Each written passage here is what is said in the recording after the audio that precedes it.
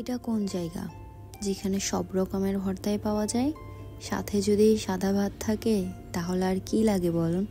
Hello everyone, আসসালামু আলাইকুম, welcome back to আঞ্জুস diary. চলে আসলাম নতুন একটা ব্লগ নিয়ে।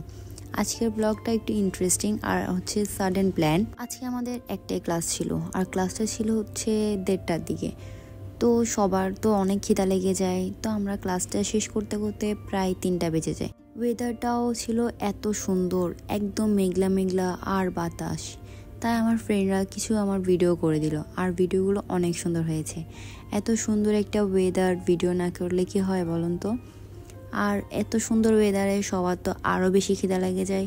সবাই হঠাৎ করে বলে ওঠে, চলো আমরা কোথায় যাই, খেয়ে আসি।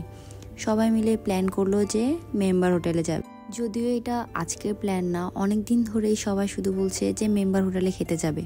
তো আজকে সবার ফাইনাল ডিসিশন নিয়েই নিল যে আজকে সবাই যাবেই যাবে। যদিও তারা কালকেও গিয়েছিল, আজকে আবার তারা যাবে। তাদের নাকি অনেক বেশি মজা লাগছে ভর্তা ভাতটা। সবাই মিলে আমরা রওনা দিয়ে দিলাম মেম্বার হোটেলের উদ্দেশ্যে।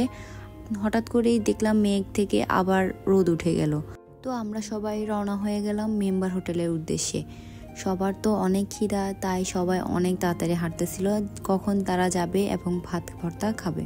এই প্রথম আমি এমন একটা জায়গায় গেলাম যেখানে মনে হয় আমি কত রকমের ভর্তা দেখছি হিসাবও নাই।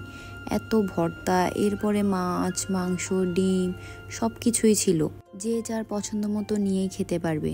আর প্রাইসটাও ছিল মোটামুটি রিজনেবলই লাগছে আমার কাছে। আর যারা ভর্তা লাভার তারা তো অবশ্যই এখানে যাবেন, কারণ এখানে গেলে আপনারা সব ধরনের ভর্তার টেস্ট অনুভব করতে পারবেন। আর এটা যেহেতু সাডেন প্ল্যান ছিল, আমরা সবাই অনেক এনজয় করেছি। সবাই মিলে তাড়াতাড়ি খাবারের অর্ডার দিয়ে দিল, ডাল, ডিম এবং বিভিন্ন রকমের ভর্তা। যে যার পছন্দ মতো ভর্তা নিয়েছিল।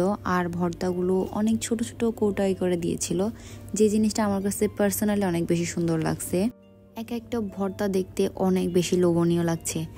আমার মনে হয় না এমন কোনো মানুষ নাই খুলশির দিকে যে এখনো মেম্বার হোটেলে খেতে যায়নি। আমার ফ্রেন্ডরা আমাকে অলওয়েজ বলতো যে মেম্বার হোটেলের খাবার মজা। তো আজকে আমি তাদের সাথে চলে গিয়েছিলাম মেম্বার হোটেলে। আমার সাথে এই কিছুক্ষণ যে টাইম স্পেন্ড করলাম, আসলে এই জিনিসটা অনেক বেশি ভালো লাগছে। সবাই বসে বসে ভর্তা ভাত খাচ্ছিল একসাথে, এই জিনিসটা আসলে অনেক বেশি আনন্দ অনুভব হচ্ছিল। তো এরপরে ভর্তা ভাত খাওয়ার পর আমরা নিয়ে নিলাম ডিউ। এরপরে আমি আর কিছু রেকর্ড করে নিয়ে বাসায় আসতে আসতে আমার 7টা বেজে গিয়েছিল, কিছু কাজ ছিল বাহিরে। তাই বাসায় এসেই দেখি আমার ফেভারিট চিংড়ি মাছ দিয়ে পাস্তা রান্না করছে আপু। তো আমি এসেই ফ্রেশ ট্রেশ হয়ে এটা খেতে বসে গেলাম। তো আজকের ব্লগটা ছিল এই পর্যন্ত। সবাই ভালো থাকবেন, সুস্থ থাকবেন, আল্লাহ হাফেজ।